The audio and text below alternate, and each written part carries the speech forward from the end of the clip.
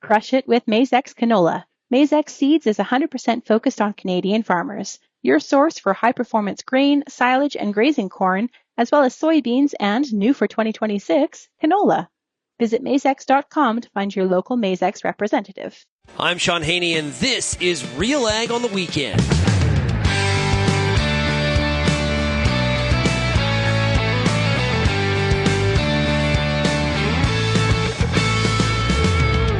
Let's get real and get connected with the week that was in Canadian agriculture.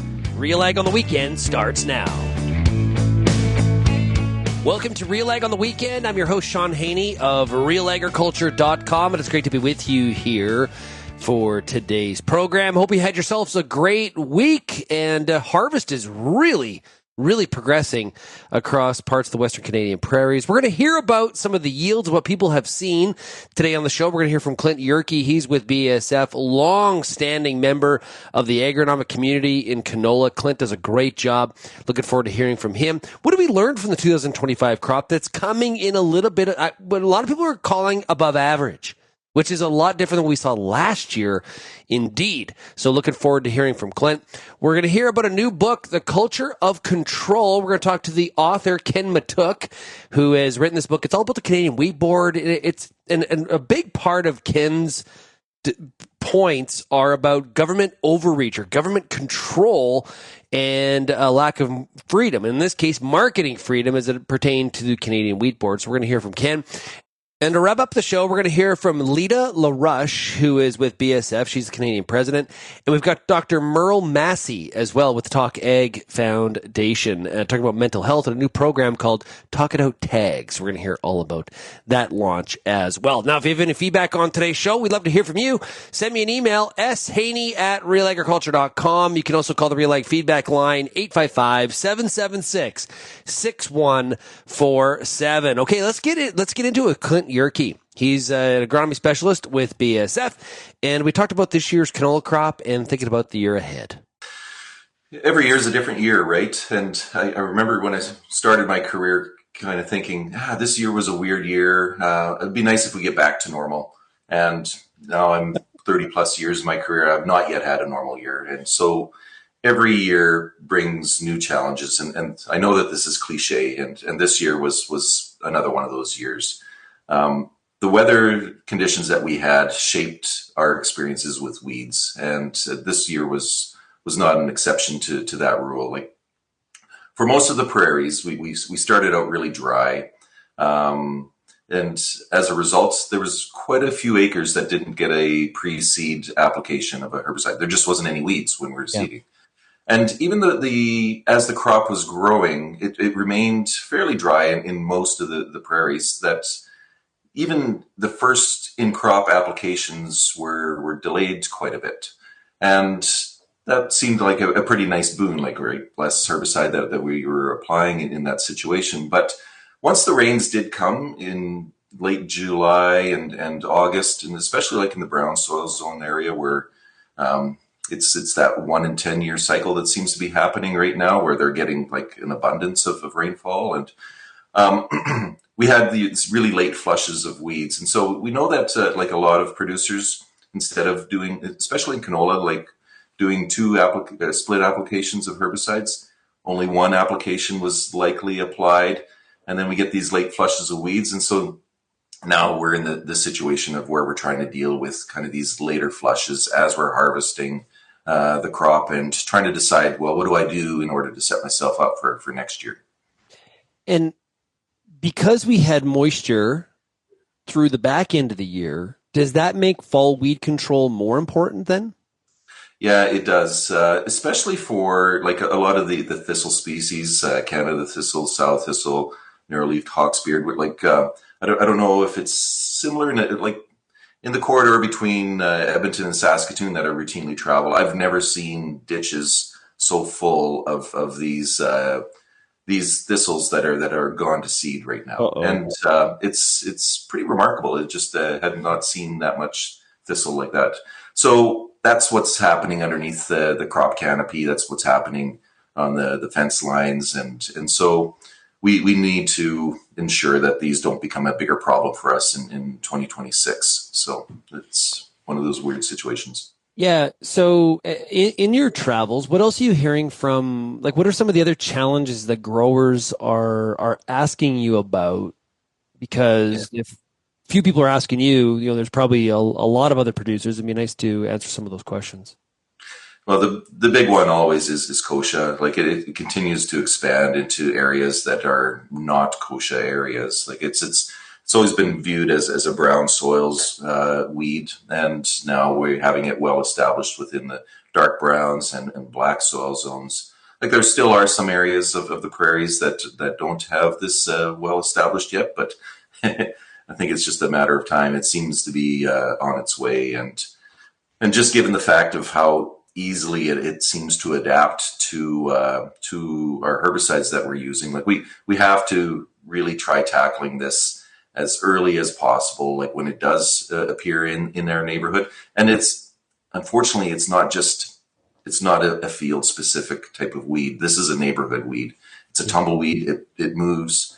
How your neighbors are managing it does have an impact upon what you're going to be seeing in your fields. And so this is one of these situations where we need to all be looking at this and trying to tackle it as effectively as possible. Well, and isn't the challenge with kochia and canola, one of the things is that canola early is not very competitive, and so that gives kochia time to ramp up, and that first flush, and that's the other challenge. There's multiple flushes, but in that first flush, before that crop really develops any sort of a canopy or something like that, kochia has a real advantage early on. Yeah, and especially just the fact that it produces so many seeds. So if you had just even one kochia plant, like it's dropping tens of thousands of seeds, and so then you have so many new individuals in which that they can start out from that spot in the field. So you're right, canola is not that competitive early on, but that is one of the keys to being successful to managing this is tackling kochia as soon in the season as possible, making the right choices for your pre-seed burn off to add as many groups that are still effective against kochia is a great idea. Seeding rate in your canola. Like this year is one of those years where actually it seemed like we did get a lot of canola seeds that produced plants. Usually that is right around 50%.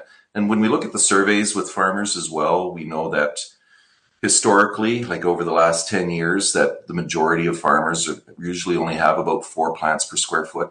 When you have that few plants, there's a lot of opportunity for weeds to make use of that space, especially early season. And so targeting that 5 to 7 plants per square foot is going to be one of those keys to being successful. So that's one of those items. Planning for 2026 is make sure that you have enough seed on hand. Make sure that your seeding rates are going to be adequate so that you do have that crop canopy that will outcompete any later flushes or germinating kochia as it comes along. That's Clint Jurke with BASF. If you want to hear that entire interview with Clint, you can find it at RealAgriculture.com or check out this past Monday's episode of the RealAg Radio podcast. Coming up next on RealAg on the Weekend, we're going to talk to Ken Motiuk. He's got a book. It's called The Culture of Control. We're talking about the dismantling of the Canadian wheat board and the single desk. When we come back, you're listening to RealAg on the Weekend. Crush it with Maizex canola.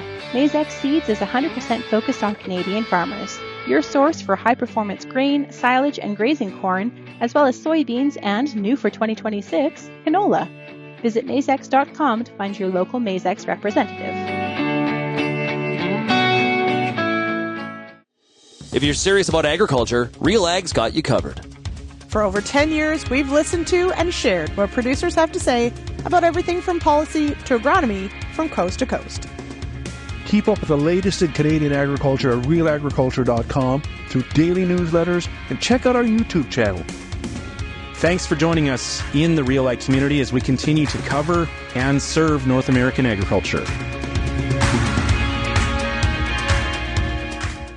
Hi, I'm Bernard Tobin, host of the Soybean School on RealAgriculture.com. Throughout the year, on the Soybean School, we'll bring you timely agronomic video content from planting to harvest, from the latest agronomic research to the latest in production technology. Check out our massive video library on YouTube, RealAgriculture.com, or download the audio podcast versions wherever you get your podcasts. The Soybean School is brought to you by Massie Seeds and Lalamon Plant Care. If you're involved in the agriculture industry, it's important to stay informed on all the latest issues affecting your business. At RealAgriculture.com, we offer fast, reliable news, information, and insights to help you keep on top of all of the latest in Canadian agriculture. Visit RealAgriculture.com and sign up for our free daily newsletter covering everything from news, agronomy, animal agriculture, and much more. Visit RealAgriculture.com/subscribe today. Well, here at Real Agriculture, we like to talk to authors in our Real Ag book club. And here today, we're talking to an author that has a new book out called The Culture of Control. And we're talking to Ken Motiuk. How are we doing today, Ken? I'm doing well, Sean. Doing well. Thank you for having me. Okay, interesting title, Culture of Control. What are you alluding to there? I'm essentially alluding to the way the Canadian Wheat Board evolved over time into essentially being a bureaucratic institution that controlled the entire Western Canadian grain industry, the marketing, handling, and transportation. And it was founded for various good reasons. I mean, essentially securing the supply of wheat for Great Britain during both world wars, the hard times of the Depression. And at that time, I mean, I was a different kind of farmer in those years. But what happened is over time, the Wheat Board evolved into a very powerful and controlling institution, which led to a degree of dysfunctionality in the system by the mid-70s. So the book tells the whole story. Are you in your research? Are you surprised, or what was your reaction to the fact it was in place for so long? Well, it's an interesting story because I likened it to peeling off the layers of an onion versus a silver bullet when you're looking for some solution to a problem. And this all happened in the 70s when I came back and started farming. And this was right after the great Soviet grain robbery in the early 70s, where grain prices tripled in 16 months between 1972 and 73. And in the late 60s, Canada was not selling grain at all. The Wheat Board was holding back sales, thinking they could influence the price of grain upward. But it took the Soviet great grain robbery to all of a sudden spike the markets. And so the price of grain took off, and all of a sudden Canada could not get their grain to market. And their system, the handling transportation systems, were not working. In this title of Culture of Control, that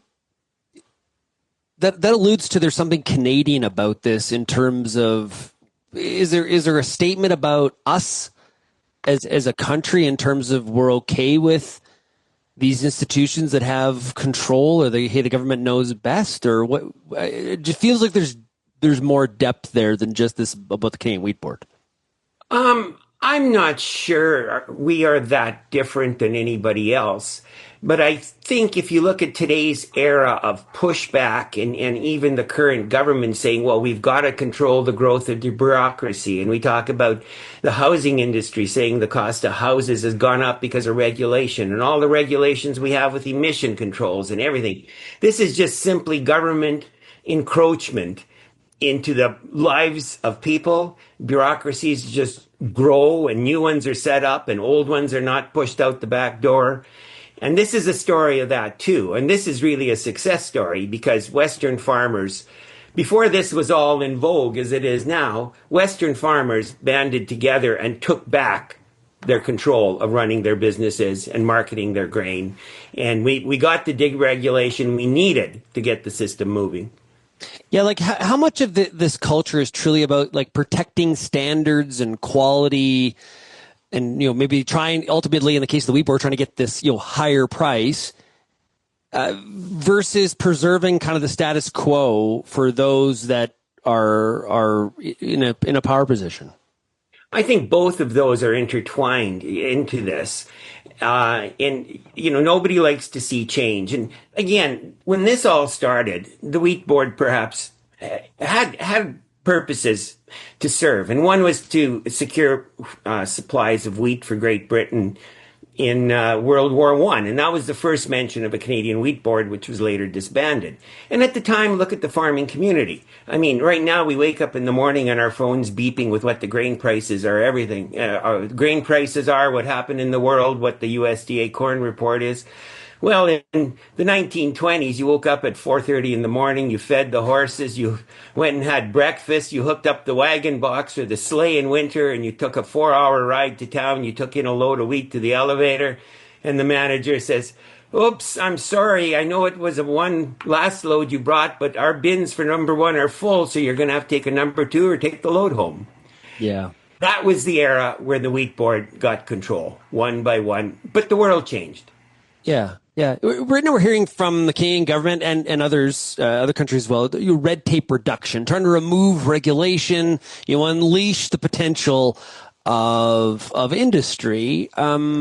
Based on your research for the book, are there things for the government or Canadians to be aware of that sometimes that's not as simple as we might be led to believe? Well, the point is, do you want to make it happen or not? And it's got to be. Politicians will never drive this. Citizens will, people will. People will backlash on all of these restrictions that are happening everywhere in our lives.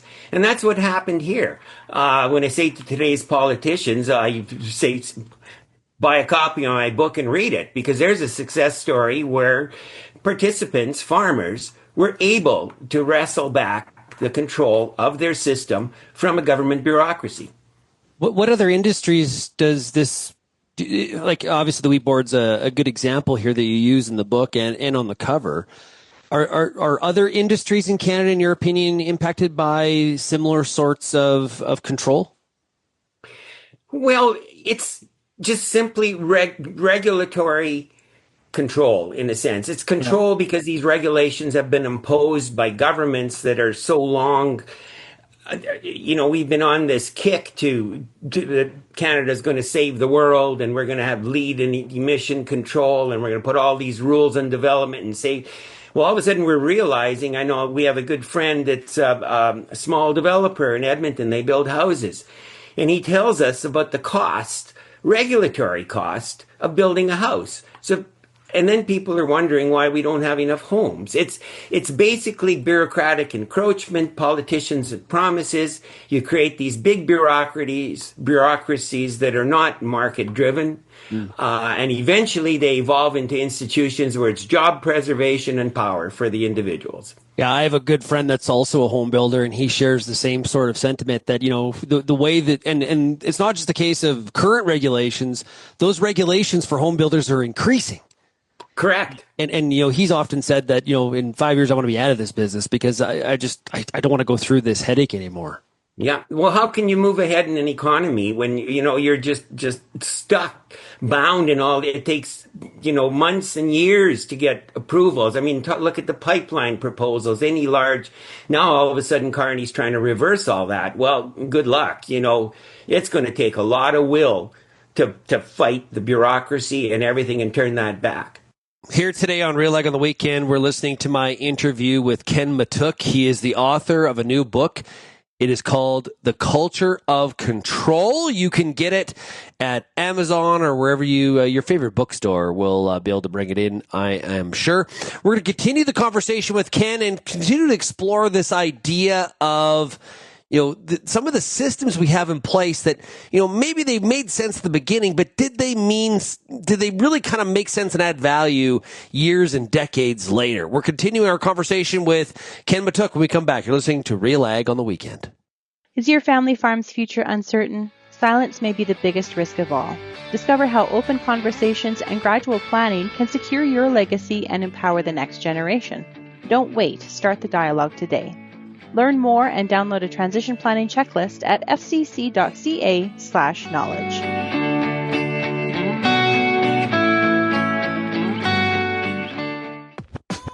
RealAg Radio is Canada's only daily radio show focused on agriculture. Get expert advice on Agronomic Monday. Tuesdays and Wednesdays will cover a broad range of issues. Thursday we'll hear from farmers across the country on the Farmer Rapid Fire. And we'll wrap things up Fridays with the RealAg Issues panel with Kelvin Hefner and Lindsay Smith. Join us Monday through Friday at 4:30 Eastern. And don't forget about the replay at 7 in the morning on Rural Radio 147, Sirius XM. Get all the information you need to keep your pulse crop healthy and profitable with the Pulse School on RealAgriculture.com. The Pulse School is a free YouTube video series covering agronomy, research, and more across a host of different pulse crops. It's also available as an audio podcast wherever you download or stream your favorite podcast. Check us out on YouTube or visit RealAgriculture.com. The Pulse School, brought to you by BASF Canada.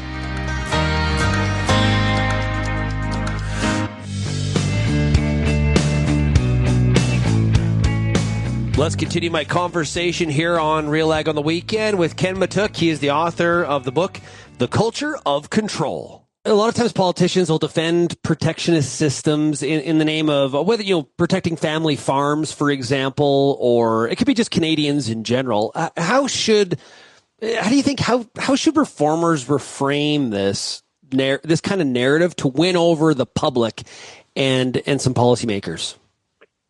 Cost to the pocketbook. We have to start, even people talk about high grocery costs. Well, part of high grocery costs are trucking vegetables from California. You're going to put all kinds of taxes on carbon emissions and on fuel. Well, where's that going to go? That's just passed on to the consumer.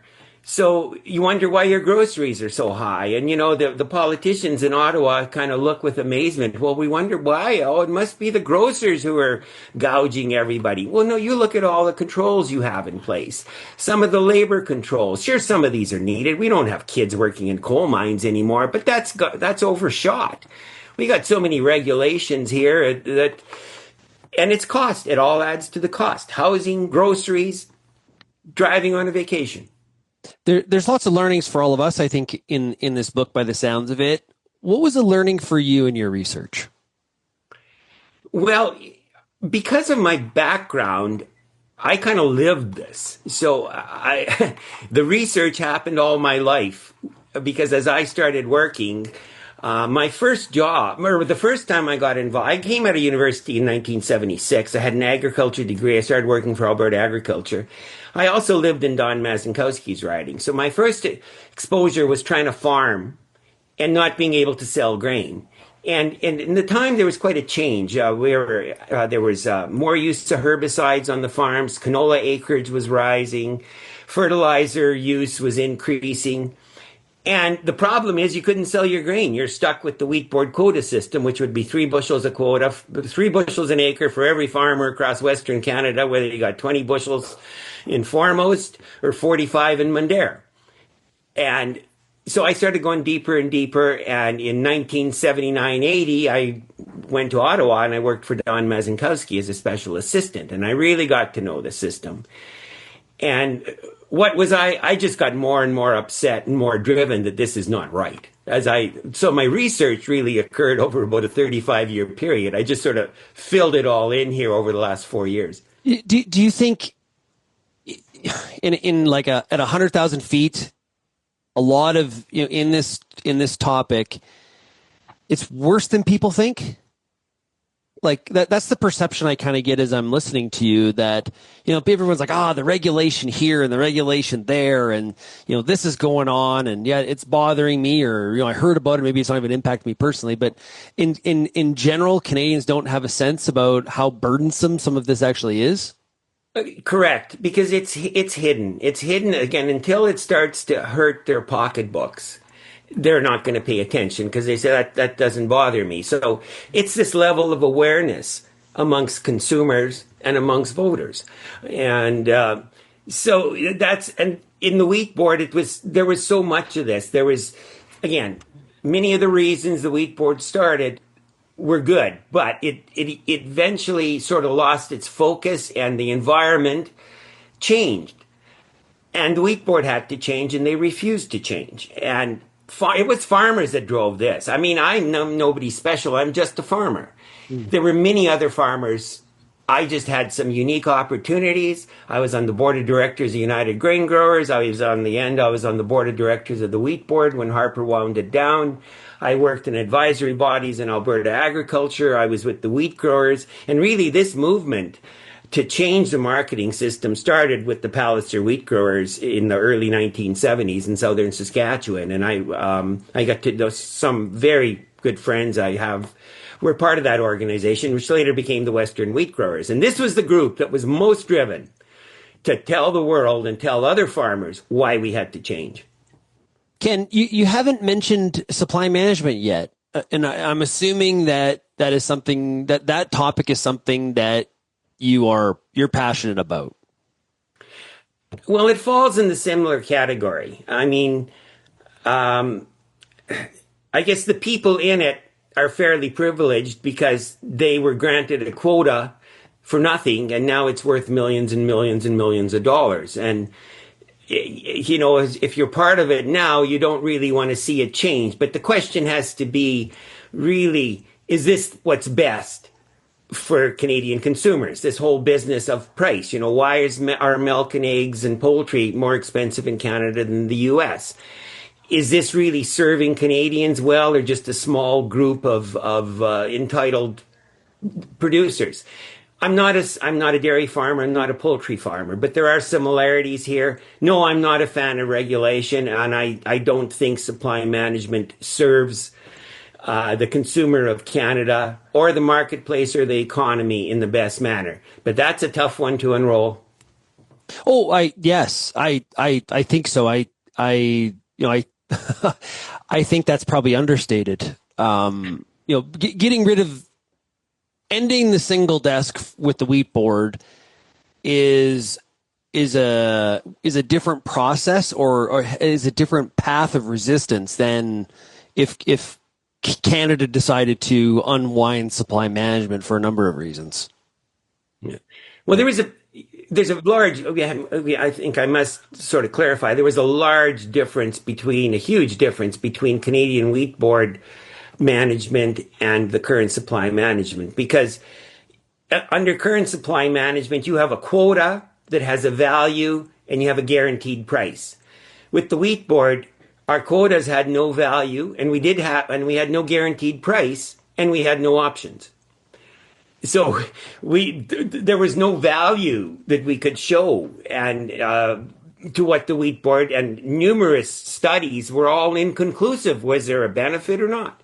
Yeah. And if you can't prove a benefit and the benefit is kind of qualitative, really hard to justify the keeping him. That's kind of what happened with the single desk with the Canadian Wheat Board.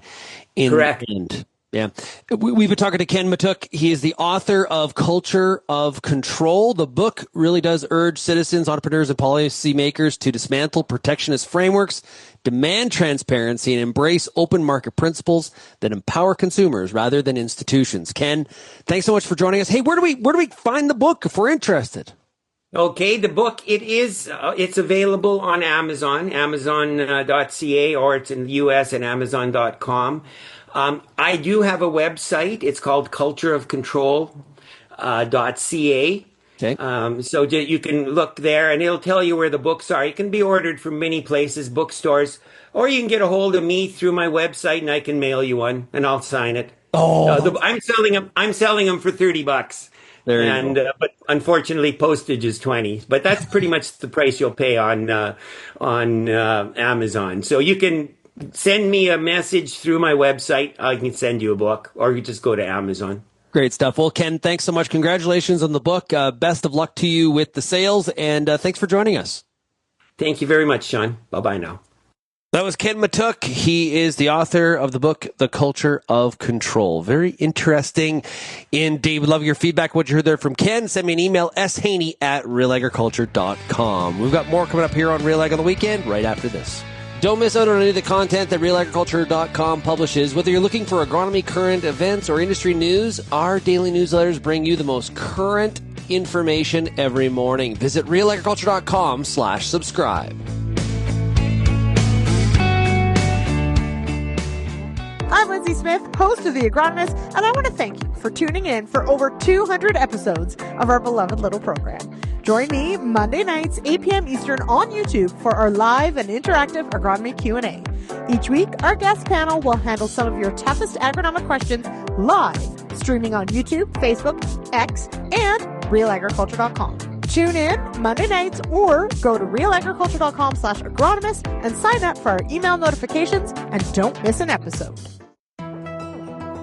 The Canola School on RealAgriculture.com is a video series that showcases the latest in canola research and production agronomy. Learn from some of the best at your own pace through quick and timely producer-focused videos available on our YouTube channel. The Canola School on RealAgriculture.com is the quickest way to keep up to date on all the latest in canola production. Boost your canola IQ with the Canola School, brought to you by BASF, and visit canolaschool.com. It's harvest time across the Western Canadian prairies. There's no better time to be talking about mental health than right now. Here to talk about a new program, joining Lindsay Smith of Real Agriculture, is Leta LaRush with BASF Canada and Dr. Merle Massie with the Do More Ag Foundation. Today we're going to talk about the Talk It Out tag that the Do More Ag Foundation is going to be kicking off October 1. From your perspective, why is something like this initiative so important for the sector? Yeah, thanks so much for having me, Lindsay, and really good to have the opportunity to talk about such an important topic. And, from BASF's perspective and as industry leaders, our goal with participating in this campaign is really just to create a space for us as an industry to be able to have authentic and meaningful conversations and really break some of the stigma around mental health and ag. We really see our role as, not just being a crop inputs and seed provider, but really help building community in agriculture. And I think in order to have a successful agriculture community, we also need to be able to talk openly about mental health and support our customers and our industry in this area. So really excited to be here today. I brought my card so we can talk it out after. But yeah, that's why we're here. Right. Okay. And so, Merle, I'll bring you into this conversation as well about these cards. This isn't the first year for Talk It Out Tag, but it really took off last year, and so we're hoping to make a really big splash with it this year. Tell me about sort of how this came to be, and then we'll dive into what this all will look like in October. Absolutely. Well, so the Do More Ag Foundation developed our Talk It Out tag cards. So there's a box with 150 cards in there, and they're designed to generate discussion and for people to find a better way to create a sense of connection with one another. And BASF came to us last year and said, those cards are amazing. Let's set up a tag. And so last year, this was just before I joined the foundation as the executive director. And so throughout October last year, for World Mental Health Month, BASF and Do More Ag and a few others started to go online, take a video, pull a card, read the card, answer the card, and then tag someone else, either across BASF and Do More Ag. And it really took off, particularly within BASF.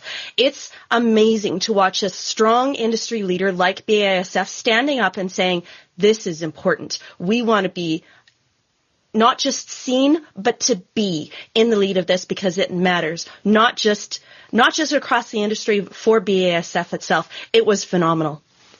And so this year, really sort of taking that success from last year, leveraging it for this year. I know the RealAg team is going to be, of course, involved in this.